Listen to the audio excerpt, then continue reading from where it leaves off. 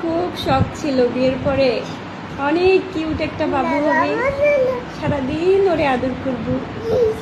এই যে কিউট বাবু হইছে একটা, সারাদিন আদর করে আমারে।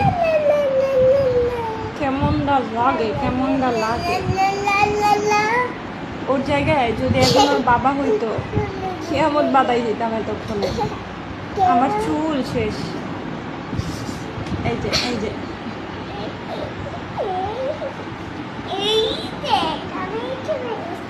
এই যে ভাই কি বলবো আমি, কি বলবো ওরে, কি করবো? উল্টা করে জামা পড়ছে, একা একা বলি যে গরমের মধ্যে বাসায় জামা পরার দরকার নেই।